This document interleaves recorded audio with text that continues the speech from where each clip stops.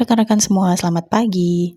Pada kesempatan kali ini saya akan berbagi mengenai cara mengisi LK 2.1, yaitu eksplorasi alternatif solusi pada pendalaman materi PPG dalam jabatan kategori 1 gelombang 3 tahun 2024 ini. Jadi LK 2.1 ini merupakan kelanjutan dari tugas rekan-rekan sebelumnya ya. Jadi pada LK 1.3, rekan-rekan sudah memilih 3 masalah yang ingin diselesaikan. Selanjutnya di LK 2.1 ini, rekan-rekan diperbolehkan memilih satu masalah saja. Jadi hanya difokuskan untuk membahas satu permasalahan saja di LK 2.1 ini. Nah, sebagaimana yang sudah rekan-rekan download format LK pada LMS masing-masing, maka tampilannya nanti akan berupa beberapa kolom yang harus diisi. Seperti terlihat pada tabel di sini. Jadi di sini ada kolom masalah dalam pembelajaran, kemudian ada kolom penyebab masalah, kategori masalah, alternatif solusi, kelebihan, kekurangan, dan juga mitigasi. Oke, sebelum lanjut saya jelaskan satu persatu dulu ya untuk masing-masing kolom ini. Jadi di bagian kolom masalah dalam pembelajaran, rekan-rekan bisa menuliskan masalah apa yang telah diidentifikasi atau ditentukan pada LK 1.3 sebelumnya. Kemudian pada kolom penyebab masalah, rekan-rekan bisa menuliskan penajaman mengenai penyebab setiap masalah yang telah diidentifikasi. Selanjutnya pada kategori masalah, rekan-rekan bisa memberi centang nanti terkait permasalahan yang diidentifikasi. Apakah permasalahan yang diidentifikasi itu nantinya masuk pada kategori masalah di bagian materi, media, metode atau strategi, atau lain sebagainya. Kemudian dilanjutkan pada alternatif solusi, di mana di sini rekan-rekan bisa memberikan alternatif solusi yang bisa ditawarkan untuk mengatasi permasalahan yang sudah diidentifikasi. Nah, agar rekan-rekan bisa menentukan alternatif solusinya, rekan-rekan bisa menganalisis kembali jurnal-jurnal sebelumnya yang sesuai dengan masalah. Kemudian, rekan-rekan juga bisa melakukan wawancara dengan rekan sejawat, sehingga nanti hasil dari wawancara dan kajian literatur itu bisa mendapatkan alternatif solusi yang terbaik. Selanjutnya, setelah menentukan alternatif solusi, rekan-rekan bisa menganalisis kembali masing-masing kelebihan dan kekurangan, serta mitigasi untuk alternatif solusi yang sudah ditawarkan. Oke, pada tabel ini saya sudah memasukkan permasalahan mengenai rendahnya keterampilan berpikir kritis peserta didik pada pembelajaran fisika. Jadi, kenapa pada akhirnya saya memutuskan untuk memilih permasalahan ini? Karena saya rasa dalam pembelajaran fisika itu sangat-sangat diperlukan keterampilan peserta didik untuk berpikir kritis. Jadi saya ingin lebih mendalami alternatif solusi yang kira-kira cocok untuk permasalahan mengenai keterampilan berpikir kritis itu seperti apa nantinya. Nah, agar rekan-rekan bisa lebih paham, saya akan menjelaskan LK 2.1 yang sudah saya analisis ini. Kita mulai dari masalah dalam pembelajaran.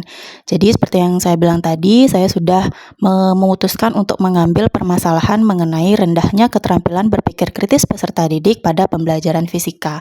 Di mana pada kolom penyebab masalah, di sini ada 3 penyebab masalahnya. Yang pertama yaitu guru masih belum optimal menciptakan proses belajar yang menghidupkan interaksi langsung kepada peserta didik, sehingga peserta didik menjadi kurang inisiatif untuk mengembangkan keterampilan berpikir kritisnya secara mandiri. Kemudian yang kedua, guru masih menggunakan metode ceramah, sehingga peserta didik itu cenderung menghafal daripada memahami materinya. Yang ketiga, guru belum menggunakan model belajar yang berpusat kepada peserta didik sehingga peserta didik belum bisa membuat kesimpulan terkait permasalahan yang disajikan oleh guru. Kemudian selanjutnya untuk kategori masalah. Jadi masalah saya yang mengenai keterampilan berpikir kritis ini setelah saya renungkan ternyata permasalahan tersebut terkait dengan media, kemudian metode atau strateginya juga. Nah, untuk alternatif solusinya, setelah saya melakukan kajian literatur berdasarkan beberapa jurnal yang sudah saya analisis dan juga berdasarkan beberapa wawancara dengan rekan sejawat, itu ditemukan bahwa untuk alternatif solusi mengenai masalah keterampilan berpikir kritis itu lebih cocok menggunakan problem based learning atau PBL. Jadi kenapa di sini ditawarkan alternatif solusi untuk menggunakan problem based learning atau PBL? Itu karena sudah ada kelebihannya, yaitu kelebihan dari model pembelajaran PBL itu adalah peserta didik dilibatkan secara langsung sehingga mampu merangsang peserta didik untuk mengembangkan keterampilan berpikir kritis dengan mengerjakan LKPD.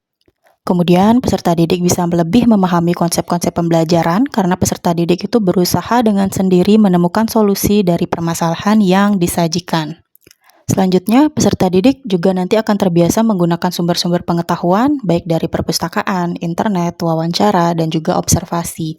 Dan yang terakhir, melalui PBL ini, nanti akan mampu meningkatkan kerjasama dan kolaborasi antar peserta didik.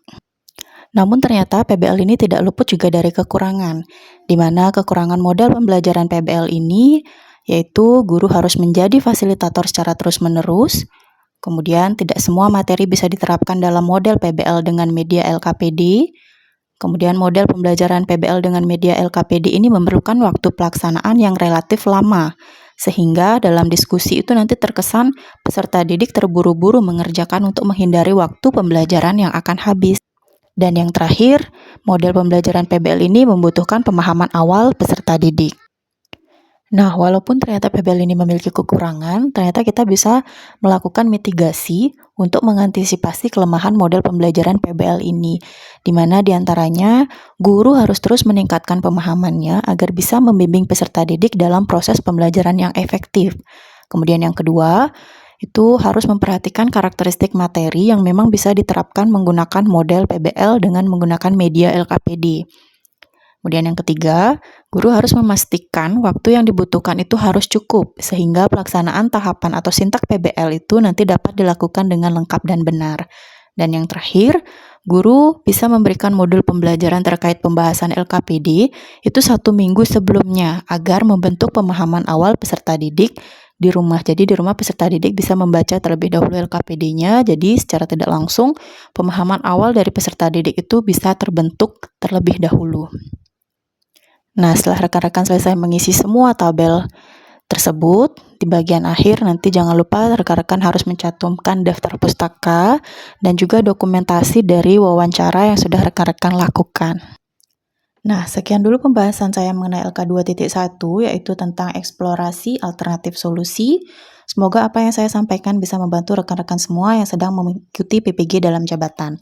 Jangan lupa subscribe dan like ya rekan-rekan. Jika ada yang ingin ditanya, bisa melalui kolom komentar. Sampai jumpa di video selanjutnya. Terima kasih.